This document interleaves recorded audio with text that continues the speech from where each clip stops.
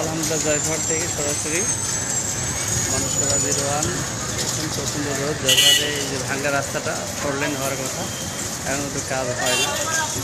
দুর্ভোগ মানুষকে দেখা যাচ্ছে, কঠিন অবস্থা। এর মধ্যে এই যে ঈদের সময়, ঈদের আগে দেখতে যে হয়, আমরা দেখতে পাচ্ছি রাস্তাটা কঠিন। বৃষ্টি হলেই পানি জমে যায়, 4 লেনের কাজ হয় না অবস্থা। 17 সালের কাজ এখন বুঝতে পড়ে আছে। দেখতে পাচ্ছেন কী অবস্থা।